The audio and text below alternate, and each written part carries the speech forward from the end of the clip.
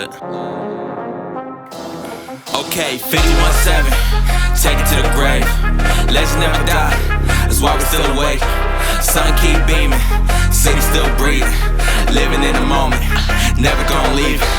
51-7, take it to the grave. Legends never die, that's why we still awake. Sun keep beaming, city still breathing. Living in the moment, never gonna leave it. I ain't never seen a city sleep. You can really hit a city breathe. They be saying we ain't got culture, they just don't know what it really means. No, we gotta represent, heavy underrated, yeah, we gotta make a scene. No shade to the other guys, but you can't deny we the one to be. Capital city, the map looking pretty when we on it. So community driven, the people we living with, loving each other. Erica Lynn, my friend, how are you? Good. How are you? I'm good. You know, we've worked together last few years on several different community-based projects. You know, I think about there's a common theme, a common thread through all of it. And I would say that in that, what you continue to demonstrate is a professionalism that is informed by real life experience, either yours or that of someone that you have taken the time to understand and listen to. Within that work, if you want to maybe break down a little bit, we've talked to Mike about sort of some of the startings of the village, right? From your vantage point, because there's always two parts to this process, even as you guys were moving it forward. Talk about starting the village when you guys did. Yeah, wow. And it's funny, you've been there for so much of it, you know, Sure. in those early beginnings. And I think when I think about the village, it's a true testament kind of to a lot of Mike and I's work, you know, in the community, our dynamic, and just how we have shown up without even knowing how we were showing up in our community. You know, even in our younger days, you know, when he was coaching and I was the team mom and putting decals on the helmets for the kids, and our home was the home with all the food and, you know, the clean laundry. Let's do your load of laundry and you can stay till Sunday, but then you got to go home. You know, we were showing up in those ways, and I think we were really just trying to be that space, you know, for our kids, our community kids, that, you know, he may have needed, I may have needed when we were kids. And so when we were talking about the village, it was like Mike really had a vision, and I really appreciate the dynamic because it works well. We're very good business partners. Yes. Because he a lot of times has a really amazing vision, and he has that creativity and he has that passion. And when we work through it, that's not my forte. I'm not huge visionary leadership type person, right? I would be probably considered, I shouldn't say considered, I've actually taken the test. I'm pragmatic. I'm very analytical. I'm very process oriented. That's just the way my brain works. I'm really data oriented. And so when we get together and he starts talking about a vision, I mean, he can inspire anyone, but he definitely inspires me. I start thinking, how do we start enacting that vision? How do we do this? And so when we started talking about it, it wasn't like, let's start the village. Let's start a nonprofit. Let's start a group or an organization. There was things happening in our community. There were things going on with kids that he deeply cared about, kids that he loved, kids that he had seen grown up from when they were little kids, looking up at him, coach. And we were seeing some of them lose their life, go away for the rest of their life. And it started to be very difficult. And so you think as a person, what could we do? And so as he started to talk about what we could do, that was where the concept was born of the village and how we would start to build that. And it was really him saying, what's our village look like? Yeah. So let's use our context. Let's use my network to reach out to the folks I know have influence. You know, they have some influence with some of these kids. They know them, they trust them. Like I have my kids that I coach them, or they were our son's friends, or whatever the case may be. Let's find all of those. And we started to get them together. We started having conversations. We started to make some plans, and it really just started as like a community effort.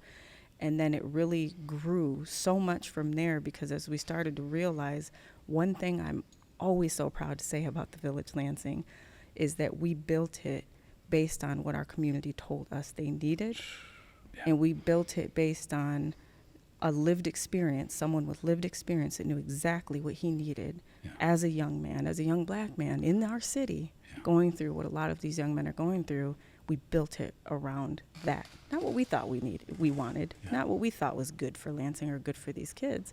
We really were intentional about asking folks, what are your barriers? What do you need? What don't you have? Asking the kids, and started shaping it around that. It's interesting.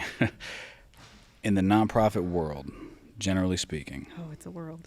It is a world. I think folks often have very good intentions. Absolutely. You know what they say. There's a road that leads somewhere. Paved with all kinds of good intentions. But what you just laid out to me, and I'm just telling you, is something that I'm learning now at Promise and we're implementing now. And I wish I was a faster learner. I can learn how to do it better before, but it is listening. Like, not listening because I'm pretty sure I know what the answer is, so I'm going to listen for what I know to be the answer so that I can say, yep, check, we were right. But listening with the understanding that I might be wrong in this and have to change everything we do. That's really scary listening, right? For those that have been entrenched in building organizations for years, that's scary as hell. It is. What I think you and Mike and just the Village concept generally have inspired in me is the willingness to say, yes, that is scary as hell. And we're going to do it anyway. Yeah. So it has to be done. Now, to the degree that we can even put it into words, how does an organization, begin to listen well? Well, there's a phrase you hear often in the nonprofit realm and especially working with youth and families, meet them where they are. And it sounds so good. It sounds great. It's a wonderful phrase. You got to meet people where they are, right? In execution and implementation, what meeting someone where they are really looks like, feels like, sounds like, it's not always pretty. It's not fun. Sometimes it's really sad. Sometimes it's infuriating. Sometimes it's scary. Sometimes it's angering. I mean, if you're not going through all of the wheelhouse of emotions when you're meeting someone where they are, if you're not frustrated, you're not really meeting them where they are. You're meeting them where you're comfortable. So that was a big part with us. If we said we're going to meet these young people, and you know, I heard Mike talk about filling gaps. That was a big one. We have to go into this to try to fill the gaps that we're seeing in our community. What is that gap? Well, we got a whole lot of kids that are being thrown away. We've got kids that people have given up on, that are just falling through the cracks. And then we're asking ourselves, why? Why are they doing these things? Why is this happening? You know, one of the most dangerous things to lose is hope. And if you have hopelessness and you've got kids out here and families out here that do not care about themselves, how could we expect them to care about anybody else? So the Village concept was like creating these ways, these connections, these networks, these resourcing to make it so that kids and families felt like they could care about themselves, therefore they could care about others, but not just not just all. The ones that no one wants to deal with. Those kids that have been kicked out of school, right? They're not in school, so they're not in a mentorship program, right? Their families, maybe they don't have the best home life, so they don't know about all the resources that the health department might have or the school district might have, right? That access gets cut off once that society or community deems a kid undesirable or says, we've done everything that we can. We've never done everything that we can for a kid, ever. And so we were really building our structure and kind of the way we moved and what are the things we should be doing and how do we connect with families around that concept of we got to find the ones that don't trust anyone. They don't trust the systems. They don't trust the schools. They don't trust the police. They don't trust anyone. But they've got issues and their kids need someone, right? So think about the concept of a kid that's a potential, you know, a kid that may be involved in cyclical retaliatory gun violence. Is that someone that's going to be attending the Boys and Girls Club every day? Are they going to be filling out an application process and getting letters of support to enter into a mentorship program? Do they have a parent or an adult that's going to take them somewhere every day? No. So what meeting them where they are, what it started out with was literally pulling up to every side of town to a park that we knew people would be at with a grill, hot dogs, chips, waters, and Mike would just do his thing, which is connecting with people, gaining trust, talking with folks, finding those connections, and then I would walk around with my clipboard and gather up names and email addresses and phone numbers, and I would just talk to people and write down what they were saying, and that was how we really built the foundation of the village. So we were talking vision and execution. Yeah. Right? Weaving relationships and being honestly responsive. Building trust and building trust. I mean, that's what that is, right? Because the questions you were asking, you weren't just throwing the answers away. Right? I think too often we ask questions that we're not prepared for the answers as organizations, and therefore when we receive answers that are outside of our wheelhouse, I need food, I need clothes, I need shelter, someone's putting their hands on me. If we ask those questions, if a young person opens up and actually answers those questions honestly, and then we don't do anything about it, the question is, have we caused greater damage in an attempt to meet a grant requirement? Yeah, that's a tough one. So I heard the term that we were, a lot of what we built was out of struggle. It's a fact. Yeah. When you're dealing with a demographic that, again, much of society and often your own community is okay with throwing away. It's a lot easier, right? It's just easier, out of sight, out of mind. They're not in school. Their parents don't give a crap. You know, we just don't have anything for them, right? They're not a part of our society, but they are. Yeah. Every single young person that is in our community is a part of our community, and they deserve to be loved. Amen. And we owe everything to them that a community can offer to a young person. That's right. And so when we were thinking about, you know, being intentional about, you know, what you offer and how you shape your programming and what you want your organization to be about, first of all, we're already dealing with, you know, families and demographics that, again, people don't necessarily want to deal with, right? People don't want to necessarily have that conversation. And you said it. If you sit down and ask folks what they need and then they tell you, not just not being responsive is harmful, but listening and still thinking that you know better, that is the most harmful. Because I don't. How can we can have similar situations, but our responses to that situation is going to be different. And so their response to their situation is going to be different than my response would be to that same exact situation. Might not be one I agree with. They may not be parenting. I've met a lot of parents and we have very different parenting styles, right? That's right. But I do not parent shame. I'm not going to parent blame. We never acknowledge often, especially my age group, I'm aging myself, but we don't acknowledge often enough that we have a lot of unhealed people that are, again, raising more unhealed people, and sometimes now have grandbabies, and that cycle of unhealedness continues. That's right. And we never address that.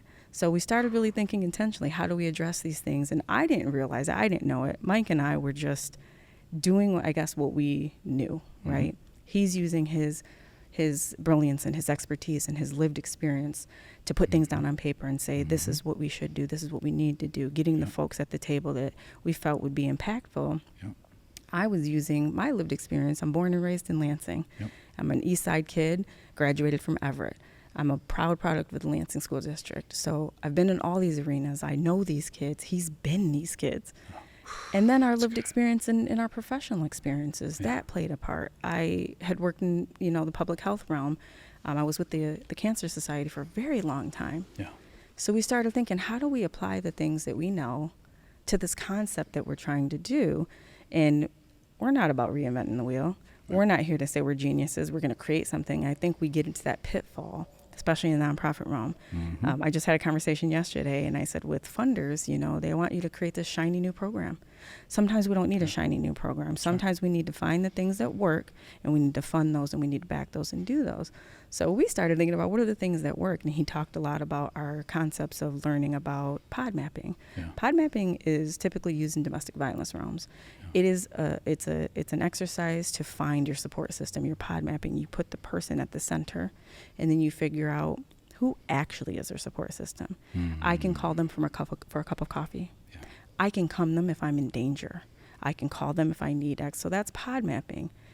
Mike so expertly applied that to gun violence and said, let's put the person that's at the center of the gun violence and pod map out who's a good influence, who's a bad influence, who has any influence, who is not a good, you know, all these different ways to pod map. And we started to use that and apply that, and it worked. it really started to work. And he said, okay, I don't know them, but so-and-so knows them, and I know so-and-so who knows them. See how that works? And then we started to really look at, the harm reduction model. Harm reduction is used in where? Substance use disorder, right? But it works. Good. That's right. Because what we knew is abstinence doesn't work. So we were never going to practice abstinence. That's dangerous for our community. That's dangerous for kids of color. You cannot tell them to do something that they innately feel they need to be doing or they don't have a choice in. And you just telling them to stop doesn't work. So we applied the no abstinence. We're not going to, and that was very controversial back then. So when Mike talks about you coming in and this guy that we don't know, we weren't the most popular group around on the block at that time. Sure. We're teaching these kids these crazy ideas. It was DARE all over again. Like, oh my gosh, they're talking about guns. They're talking about fighting. And no, we're meeting them where they are. So a lot of the heat that the Village Lansing got early on was really us meeting them where they are. That's what it actually looks like. Which is inconvenient and uncomfortable. Very. And a little scary. It's scary, and it's the work that needs to get done. Absolutely. And we continue to see cycles repeat, poverty cycles, abuse cycles, neglect cycles, hopelessness cycles, because we are not willing to do the violence interruption, poverty interruption work. Because it's, to your point, messy, and to be perfectly honest, we don't entirely know how to do it all. Right. It is not clean. No. It is not easy. Right? And very few are willing to roll up their sleeves and risk the pain and the emotions that you laid out. Right? I mean, I think about in my senior year of undergrad in social work, I had a great seasoned social worker who said, the minute you stop feeling, get out. I would agree with that. And that wasn't like you'll hit brick walls every once in a while, right? And you need to do some self-care. Like, it wasn't that. It was when you stop feeling, get out. Because those who are in a position that need to be relied upon to understand or at least to hear the needs of others have to still be human. Absolutely. And I wonder what it looks like in this city. Well, I wonder what it looks like in this city if parents have the resources they need. I wonder what it looks like in this city where parents have access to counseling and therapy they need. Number one, that they're willing to take it because we have stigmatized it in ways that are not fair, equitable, or appropriate. I wonder what it would look like if students had access to, well, good news, tuition. We've got that one covered. But you know, and I know, and the reason we're having this conversation, the reason Promise works with so many different organizations is that tuition ain't the only issue. No, but it's a big one. It's a big one. It's a big one. And we're getting there. And, like, we're knocking stuff out. And now we're starting to look at cost of attendance, which we've found is actually a huge issue for our students because tuition isn't even the biggest cost to go into college or skilled trades. Day to day. And so, like, we're trying to meet those things. But what we also know is we got to get kids there, right? Like, they got to stay in some form of education. They got to stay in some form of healthy environment, ideally. More importantly, they need to be ready to move forward into their successful futures, whether they come from the easiest household or not. Right. Because you said a critically important statement. Every single one of these kids is worth it. Absolutely. They deserve it. And they absolutely deserve it. And if we believe that, if we believe that every child in this city is beloved, then we have a responsibility and privilege to act like it. Right. And acting like it is the hardest part. And it's the hardest part for us as a community because we don't like to admit that what you just asked, what does that look like?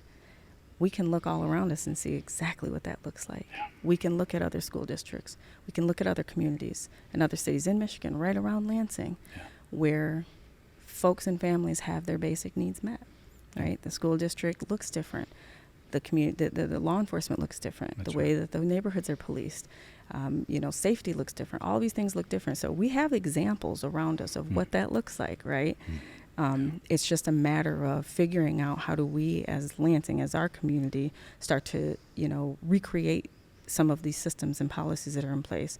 A lot of it, people talk about the socioeconomic advantages, disadvantages in communities. Sure. These are all real. And I think when we start to peel back layers, that's where you get into, kind of that public health mindset, that public health concept. And it's getting super popular now, right? Everybody's talking about it, everybody knows what it is. What Mike and I didn't know is we were applying a public health concept at the culmination of the Village Lansing that we didn't realize it in that moment. Yeah. But I now know as I've journeyed through my work and maybe that was just natural. Maybe it was a natural progression. Like I said, my background, we don't, reinvent the wheel. Right. When we were addressing cancer, that was my background, with the American Cancer Society, is we looked at it as cancer knows no, race, culture. Right. Cancer has no boundaries, no geographical location. It affects everyone, right? And so the concept was attacking cancer from every angle. Yeah. And so why can't we attack violence in that same way? So let's attack violence in every angle. And that was where, if you look at the Village and from our origins, it was always about prevention, intervention, and support. Because you want to prevent violence, right? And you got a lot of things that can go into preventing the violence. But what do you do when it happens, right? That's where the ball gets dropped. Law enforcement is not intended to prevent crime. Right. And the only thing they can do, not intended to intervene in violence. They can come when it's already happened and enforce. Right. They are enforcement. So we're missing those gaps. And then when violence does happen, what does that look like? What does community support look like for our community? And so we started to build our programming around those three areas, utilizing pod mapping, utilizing the harm reduction model, and applying that to gun violence. And we've really, it's one thing I'm so proud of, we stuck to that. And we've stayed true to that model, and we've stayed true to doing that when it comes to our community partners, who we partner with, who we're front-facing with, the type of events that we do. Yeah. That hasn't been easy, because you talked about it, funding and funders and grants and all these different things. You often have to sacrifice so much of your organization and so much of what you jumped in and intended to do for that funding. And I don't know how, but we just always said the community will make sure that we can provide, because the community sees exactly where their support goes. Yeah. And it happened. Well, and the heart and consistency and willingness to continue to do the work when it's not easy has not only been, I think, a theme of the way that the Village and you all have led, but I think you all see this in a way that we've been talking about at the Promise Board quite a bit recently. And I think you guys were ahead of the game, right? Which is, there's a couple different types of risk in this type of community work, right? There's the risk that we try something and it doesn't work and we look like fools. That's one risk. That's ego. There's the risk that we try something and it does work and someone takes it and runs with it. We've seen that happen before. But the even infinitely greater risk is that we do nothing and we repeat what's happening now with our young people. And that's not a risk that any of us are willing to accept. Right? So I'll take failure any day of the week. I'll take embarrassment any day of the week. And I think you and Mike have very selflessly and sacrificially led by example and have been willing to do work that others simply have not been willing to do. And that is something that just we in this community, let me speak on behalf of the community, are really grateful for. That's really good. I really appreciate you saying that. There's another piece to it, though, which is we can be grateful, but it's also the privilege and responsibility of this community to also join the work. Right? So you and Mike and a group of us are working to facilitate these conversations around the Lansing Empowerment Network and Lansing 360. Yes. Within that work, if there are people even watching this right now and they say, wait a minute, I think gun violence is real. I want my babies to be safe. Are there ways that folks can begin to learn more or to understand more about how they can get involved or at least stay informed? Absolutely. So, and I heard y'all reference the Lansing Empowerment Network as kind of that next organic step for the village. Yeah. And that's absolutely true. The village is one entity. It's one group. We're in our corner of our world, of our community, doing what we do, like many other organizations, right? Yeah. But what do we have to get away from? What do we know just simply doesn't work, working in silos? And when you've got silos that exist, that means that there's a concentration of resources and time, talents, and treasures, and often funding that are siloed in one area. That's not typically the most impactful way to address any problem. So when we really had the concept of the Lansing Empowerment Network modeled after the Omaha Empowerment Network, it's a nationally recognized, DOJ recognized, part of the MBK network model that has initiatives underneath it, one of which we also brought to Lansing, Michigan, which is the Lansing 360 table. Theirs is obviously called the Omaha 360 table. And what it's about, the Empowerment Network at its core, it's intended to be exactly what it sounds like, a network of empowerment for a community. So you're really connecting people, connecting orgs, and you're coordinating services and resources. Yeah. And you're addressing all the things that a public health model would tell you to address if you're trying to have a safe, happy, healthy, thriving community. So you have your violence, you have your education, you have all these different arenas, and you're addressing, the unhoused, you're addressing mental health. The Empowerment Network as a whole is intended to address those, but you start with your initiatives. Yeah. And what should we always be doing? We should be being intentional and strategic. Yeah. So what does the data tell us in Lansing that we need to address? We need to address violence. Violence right now is one of the top issues in Lansing that we need to make sure we address, because if we don't address that, we really can't address anything else. Yeah. So we started to build the Lansing 360 table. What that is it's a gun violence prevention collaborative. Yeah. Exactly what it sounds like. When we say collaborative, everybody loves the word. Again, sounds great, sounds good. Collaboration is hard. Oh my gosh. It's like, I think of the term of like wrangling flies, because it's like, it's difficult to get people in the same space, the same place, at the same time every week to talk about one thing. And again, not just talk about it.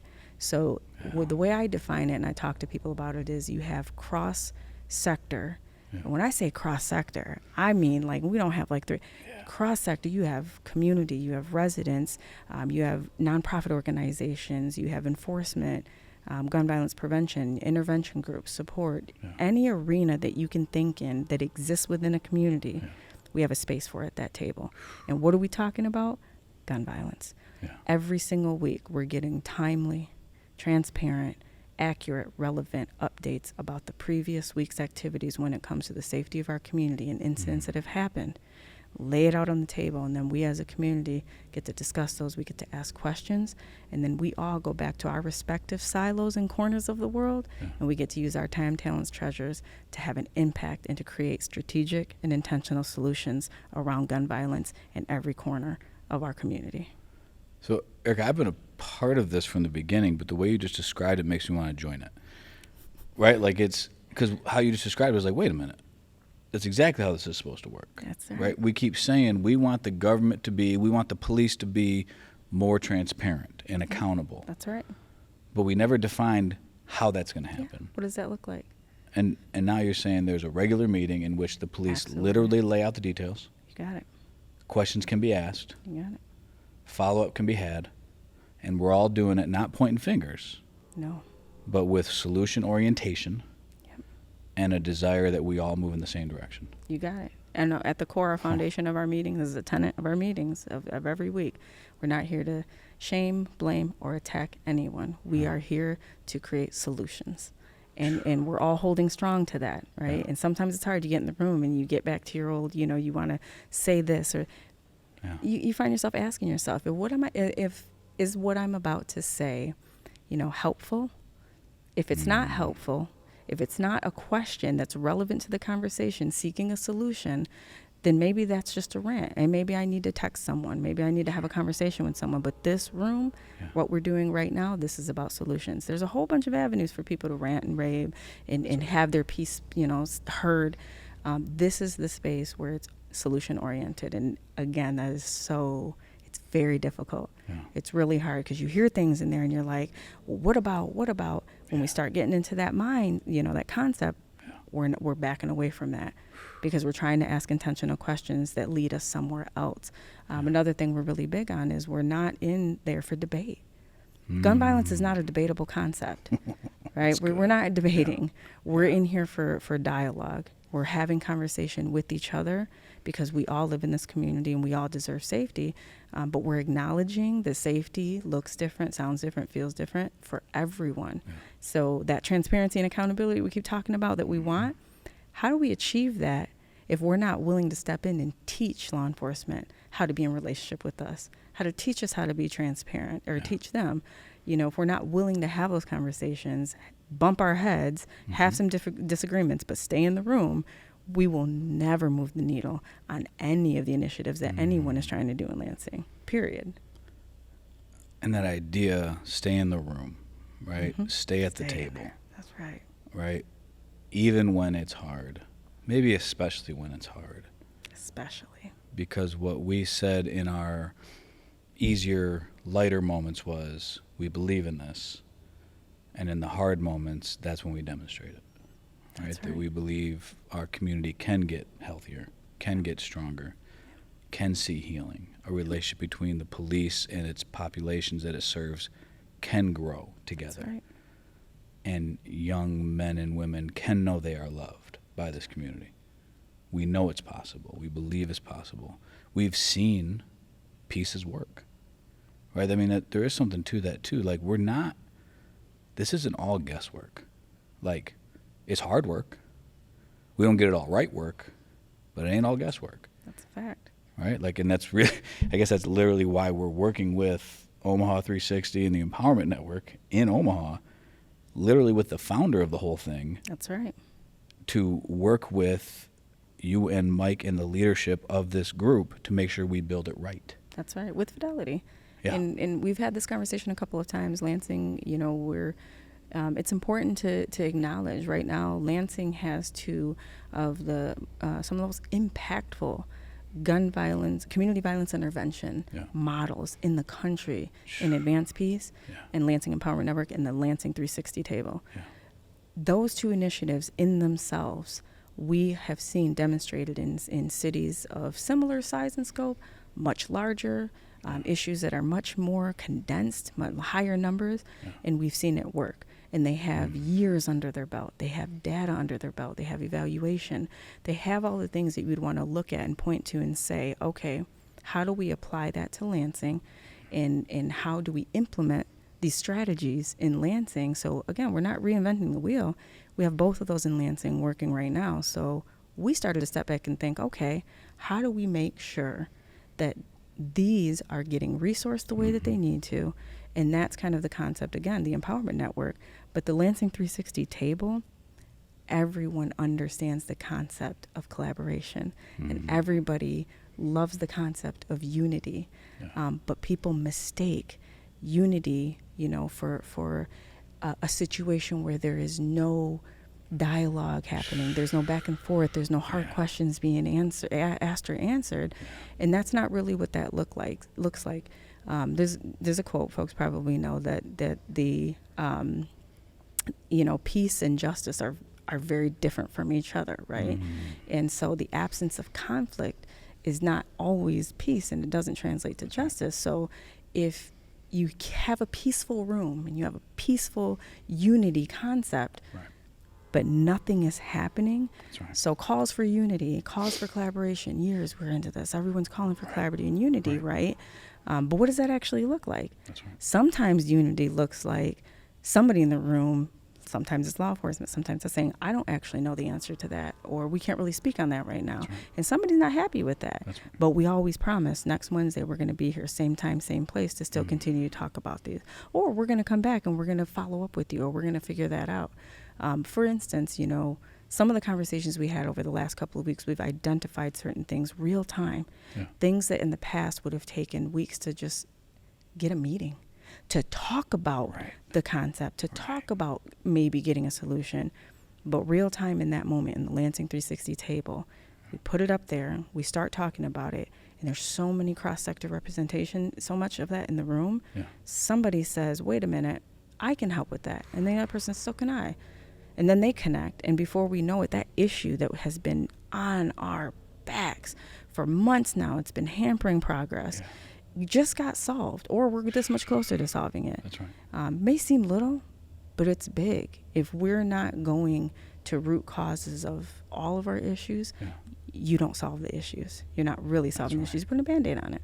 And if you don't get those wins, nothing else works, right? Got it. Those kinds of wins or joint movements are connective tissue, right? Because if we can do this small thing, now we have a little bit of trust with each other to do this a little bit bigger thing, and then we can do this a little bit bigger thing. Got it. That's really encouraging. Or there's this policy in place, or how could that have been better? Yeah. We had that conversation today, and it's an opportunity sometimes to remind the room and to educate the room. We have folks come in that can educate folks about their program, what they're doing, what resources they may have. And now we ask everyone to invite someone. We always ask folks, invite people that should be here, and then take what you learn and and all these different things, again, back to your respective sectors, because now you're permeating our community with knowledge, real knowledge, not opinion, not emotion-based rants or criticism. You're getting data real time. You're getting actual facts real time from people that's their role, that's their job within our community, to be able to know those things. And then you're building strategy in your own respective sector around what you now know. So we're not holding, and nothing against any efforts. The need is always going to outweigh the problem. Like there's far more need than we can ever have, solutions for, and that's just the way it works. But you kind of go back and you say, okay, I work. There's an analogy Mike always talks about, and hopefully I don't get it wrong, but he talks about even if you're a floor salesman, if you're walking in a neighborhood, you do door to door, it just applies. You need to know what kind of neighborhood you're in, or if there's been issues in that neighborhood. You need to know whether that's a hot spot for violence right now in Lansing. So when we don't have transparency from law enforcement, we as a community don't know that. We don't know how to keep ourselves safe, keep each other safe. And, it sounds like, well, I'm not directly affected by gun violence. Lansing 360 isn't about being directly affected. You have folks that are directly affected. You have folks that are indirectly affected. You have folks that may be peripheral. You have folks that are adjacent. The problem's right there. Their job requires it. So if you fit into any of those realms, you should be in that space, because I can guarantee you at some point you're going to sit there one day and say, I didn't know that. And it's going to you have that aha light bulb moment. Biggest thing is you're most likely going to leave that space with some knowledge you didn't have before, connections you didn't have before, some education pieces you didn't have before. And I don't care what anybody says, that's a seed. And if we can plant, this is why I love wildflowers. Wildflowers doesn't really need a whole lot. You can just toss a bunch of seeds, and before you know it, you've got wildflowers going. We want to plant seeds in these spaces so that people are thinking about it, they're being intentional, and then they're asking the right questions at the right times. And it's not just I'm affected by this, but I'm affected by this. A seed is planted. I then say, well, I think this might be my role or my path, right? So I think an example that we talked about when it came to the pandemic and money's coming into the city, imagine if we would have had a comprehensive table, plan, and understanding that said, all right, advanced peace, that's direct intervention. Village Lansing, that's sort of the next step. We've got more prevention. Lansing Promise, you don't do gun violence prevention. You help build an ecosystem, right, that values education and children, right, so that we're all a part of this thing. We trust each other. We recognize we all need each other. We are interdependent, but we're interdependent in a way that says, I'm not going to take funding for that. That's you guys, that's you guys, that's you guys. That is the best use of those funds, because here's the crazy part. I have a vested interest in your success, because your success is success of our kids. Success of our kids is our success. Yep. We've created an environment of feast or famine around nonprofit organizations. And so I think what you just named, the Empowerment Network in Lansing 360 does all of that. It allows us to be transparent and authentic with each other and really say, what lane are we in? Where's our expertise? And when dollars come into our community and resources come into our community, how will they best be impactful? And we're intentional about it, but we're honest with each other about it, and we're going to hold each other accountable as community. There's a quote that I hold really strong to, that I use often. It's actually my email signature, that when a flower doesn't bloom, you don't fix the flower itself. You fix the environment in which it grows. So this table, we're trying to fix the environment in which our flowers are trying to bloom in. And every single one of these flowers deserves to bloom because it is beloved. That's right. Erica Lynn, thank you for your work. Thank you. Thank you for this. Thank you for being a dynamic duo with your husband. Thank you, most importantly, for really caring for the kids of Lansing. Back at you. That's a wrap. Good work, girl.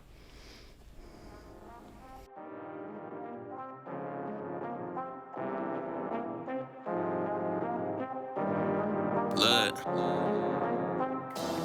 Okay, 51-7, take it to the grave. Legends never die, that's why we're still awake. Sun keep beaming, city still breathing. Living in the moment, never gonna leave it. 51-7, take it to the grave. Legends never die, that's why we still awake. Sun keep beaming, city still breathing. Living in the moment, never gonna leave it.